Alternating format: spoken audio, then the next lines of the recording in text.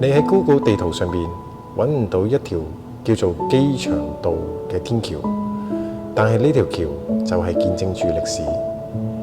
飛機降落嗰陣時，同橋面距離不足50米，呢度就係太子道西天橋。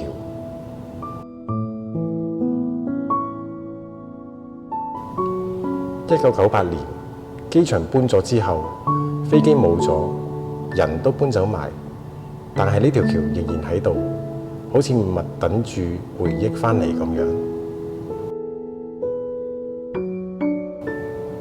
我每次揸車經過呢度，心裏面都會閃過一句：以前有人喺橋上望天，而家我喺橋下望返以前。我係邱佐，路上見。